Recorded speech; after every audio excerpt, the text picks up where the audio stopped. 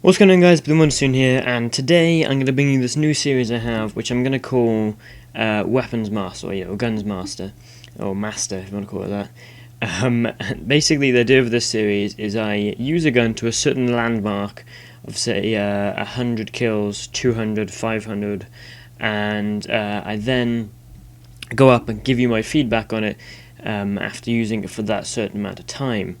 And the first weapon today is the one I have the most kills with. I do have quite a lot of weapons in the hundreds, but I decided to use this one because it is the one I have the most kills with. And anyone who plays Battlefield can see this is the AK5C, which is in fact a very good weapon. In actual fact, you could argue it is one of the best, if not the best, gun in the game. Overall, it just has a very good damage rate. It's the standard carbine and assault rifle, 25 to 12, I believe, of certain ranges, but the accuracy it has, as you can see, I'm firing and my shots are falling pretty easily, and they're pretty accurate weapon. Arguably, again, one of the most accurate in the game. I'd say the most accurate, and it's just very, very easy to control. If you're new to this game, you can easily pick this weapon up. The sights are a little bit odd, but once you get past those, which you can easily be done, once you get past those, you do get a red dot sight at 10 kills, which is very easy to do. And from there, the weapon will just take off. Sorry if I keep hiccuping. Overall, the gun has a 700 rounds per minute rate of fire. Like I said, I believe it has the standard 25 to 12 damage rate that all the others have. It's very accurate to control. I'd say it's one of the most accurate in the game, and probably the most easy to control, because the H23 isn't really a pro's gun. It does kick quite significantly, but a pro's gun is a good way to describe it, because it is quite powerful in the way it kicks. But just here, you saw I picked that guy off at long range. It was in semi-auto mode, I admit, but at the same time, that sort of shows you the range this has, even with the suppressor on it. And I'm going to give you guys a couple of classes now that I think are really good.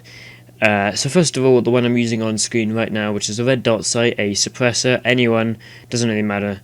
The angled foregrip and a sight and a laser sight.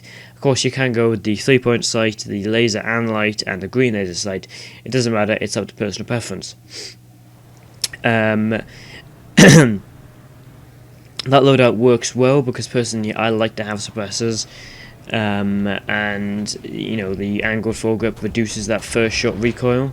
The red dot sight is just a good, easy to get all around sight. Like I said, you get 10 kills and it's yours. Sight class is pretty good if you are looking for something different. In this gameplay here, which after I get my IFV service star, which I thought was pretty cool. I didn't know I was close to getting that. You will see another loadout, which I believe again is the red dot sight, which is the only sight I have that's close range for the AK5C, weirdly. But I do have not very long until I can get another power pack. At the moment, I'm 200 kills plus, which is very much the landmark of how many kills I'm going to get in this series. But just here, I thought this was pretty cool. I cleared out most of this base, minus that one tank there. I did get this one as well. And to be honest, I really like playing with the AK5Z on the Engineer class. The Engineer class is my favourite. I know it's not the best, but I really enjoy playing as engineers. And I really enjoy using the AK5C.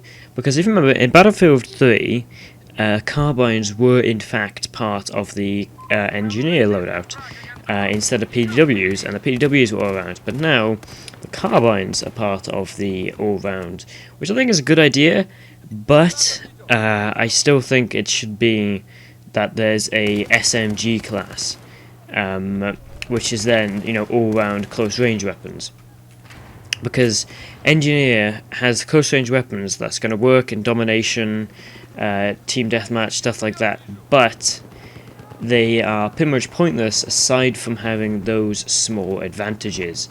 But for the rest of the class I'm using here, like I said, obviously it's the AK5C with a red dot sight. I think I go with the Ergo Grip, a muzzle brake, and again the red dot sight. So if I keep losing breath, been working quite hard today. But it is quite a good loadout. It doesn't have the added feature of being as accurate. It does kick a little bit more, especially on that first shot, obviously, because there is no angled foregrip, but it does certainly sound very cool. That's one thing I like about the AK5C. I love when the gun sounds cool, makes me feel better. And it has much more range. So if you're looking for something that has more range, but still hits well, is still accurate, and sounds damn awesome, the AK5C is a really good choice. So let me know what you guys think of this series. This episode here was a little bit long. It's rushed, I know, but I've been quite busy the last couple of days, like I said, which is why I'm sort of out of breath. And I will start working hard on it. And so this video is out on a Saturday, not a Friday as it's supposed to be. It's quite late on a Saturday as well. So, like I said, hopefully you guys enjoy this series. The plan is, like I said, I'll use a gun up to a substantial landmark of a kill inside the hundreds, or even the thousands. So I don't think I'll get there.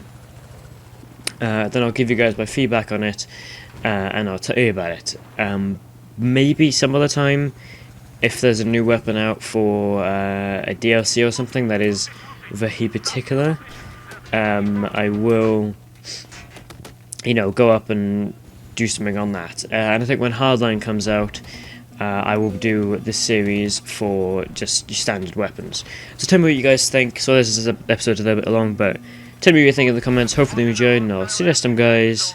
This is Blue Monsoon, out.